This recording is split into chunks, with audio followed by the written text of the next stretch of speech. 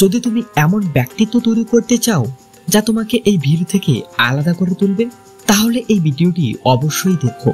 আজকের এই ভিডিওতে আমি তোমাদের সঙ্গে 48টি আইনের উপর লেখা 48 ল অফ পাওয়ার বই থেকে এমন কিছু নিয়ম শেয়ার করব যা তোমাকে একজন মূল্যবান ব্যক্তি করে তুলবে।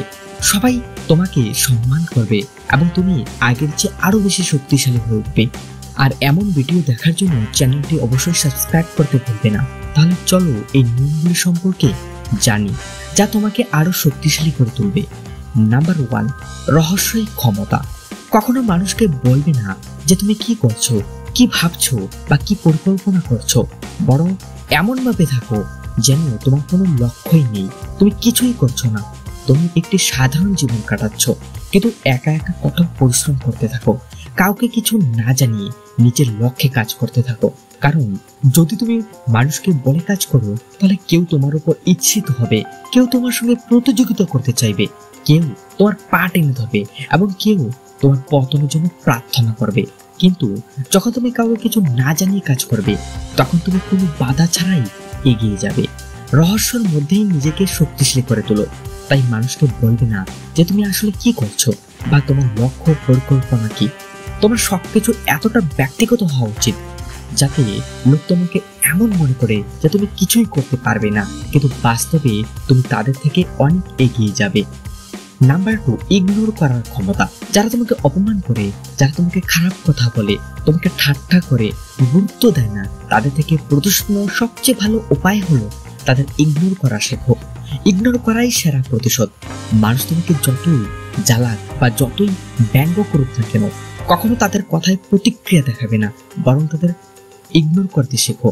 যখন তারা বুঝবে যে তাদের কথায় তোমার কোনো কিছুই যায় আসে না, তুমি কোনো রিয়াক্ট দেখাচ্ছ না, বরং তুমি শান্ত থাকছো, তখন তারা তোমাকে বিরক্ত করা বন্ধ করে দেবে। কিন্তু যখন তুমি মানুষের কথায় রিয়াক্ট দেখানো শুরু করবে তখন তুমি নিজের শক্তি তাদের হাতে তুলে দেবে, নিজেকে দুর্বল করে তুলবে। অনেক মানুষ তোমাকে এমন কথা বলবে বা এমন কাজ করবে যাতে তুমি রেগে গিয়ে রিয়াক্ট দেখাও, কিন্তু মনে রাখবে এই জিনিসটা তোমাকে দুর্বল করে তুলবে। একটি লোহা কতটা শক্তিশালী হয়, কিন্তু যখন তা আগুনে যায় বা লাল হয়ে যায় তখন সে তার সব শক্তি হারিয়ে ফেলে। তখন তুমি তাকে যে কোনো আকৃতিতে পরিবর্তন করতে পারবে। তোমার সঙ্গেও একই জিনিস ঘটে। যখন তুমি ছোট ছোট বিষয়ে রিয়াক্ট দেখানো শুরু করো এবং লোকেদের ইগনোর না করে, তখন তুমি নিজের নিয়ন্ত্রণ তাদের হাতে দিয়ে ফেলো। লোকেরা তোমার জীবনকে নিয়ন্ত্রণ করা শুরু করে, তাই লোকেদের ইগনোর করতে শেখো। সবচেয়ে বোকা মানুষ হলো সেই যে এমন সব জিনিসের জন্য চিন্তা করে যা সে নিয়ন্ত্রণ করতে পারে না। ইগনোর করা সবচেয়ে বড় ক্ষমতা এবং তোমাকে এটা বুঝতে হবে, তবেই তুমি একজন মূল্যবান মানুষ হতে পারবে। একজন মূল্যবান মানুষ কখনো মানুষের সঙ্গে তর্ক করে না, বরং তাদের ইগনোর করে। এই জিনিসটি তাকে আরো শক্তিশালী করে তোলে। নাম্বার 3, ইতিবাচক মানসিকতা।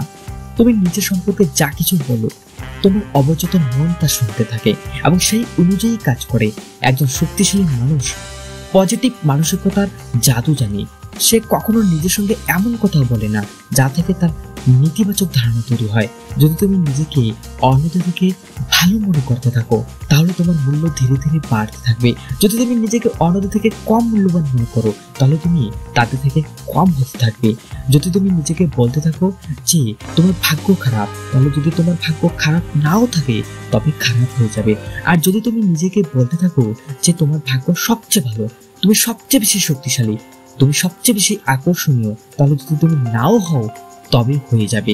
কারণ তোমার অবচেতন মনের এত ক্ষমতা আছে যে তুমি নিজের মনকে যা বলবে তা তোমাকে তাই বানিয়ে দেবে। তাই সব সময় পজিটিভ ভাবো, পজিটিভ মানসিকতা রাখো। কারণ যদি তুমি অন্ধকারে যাচ্ছ এবং তুমি যদি ভাবো যে সামনে ভূত আছে, তাহলে তোমার মন তোমাকে ভয় পাইয়ে দেবে। কারণ এটা তোমার ভাবনার মতোই কাজ করবে। তোমার জীবন কেমন হবে তা তোমার ভাবনার ওপরেই নির্ভর করবে। একজন শক্তিশালী মানুষ হওয়ার জন্য তোমাকে সবার আগে নিজের ভাবনাকে ঠিক করতে হবে। সব সময় পজিটিভ থাকতে হবে, পজিটিভ ভাবতে হবে, আর এই জিনিসটাই তোমাকে আরো শক্তিশালী করে তুলবে। নাম্বার 4, নীরবতা। একজন শান্ত এবং নীরব মানুষ সবচেয়ে বেশি শক্তিশালী হয়। তার নীরবতা তার দুর্বলতা নয়, বরং তার শক্তি। যে মানুষ যত বেশি শান্ত হবে সে তত বেশি বুদ্ধিমান হবে। সে অন্যদের পর্যবেক্ষণ হবে, সে জানবে যে কোনো মানুষকে কিভাবে মোকাবিলা করতে হবে, কোন মানুষকে কখন ব্যবহার করতে হবে। নীরবতা তার বাধাবাধকতা নয়, বরং তার কৌশল, তার শক্তি। কারণ যারা কথা বলে তারা মনোযোগ আকর্ষণ করে, কিন্তু যারা চুপ থাকে তারা কথা না বলেও খেলা ঘুরিয়ে দিতে জানে, বাজি জিততে জানে। একজন নীরব মানুষকে কখনো হালকাভাবে নেবে না, কারণ সে ভিতর থেকে ততটাই বিপজ্জনক হবে। তার ভিতরে এত ঝড় বইতে থাকবে যে সে বাইরেকে ততটাই শান্ত দেখাবে। কেউ ভবিষ্যৎবাণী করতে পারবে না যে তার মনে কি চলছে।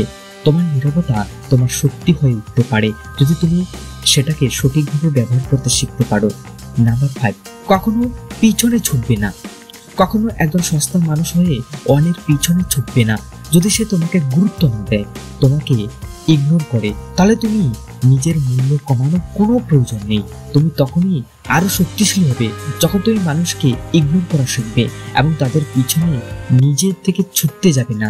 তখন সেই মানুষগুলো তোমার প্রতি আরো বেশি আকৃষ্ট হবে, তোমার দ্বারা আরো বেশি অনুপ্রাণিত হতে শুরু করবে।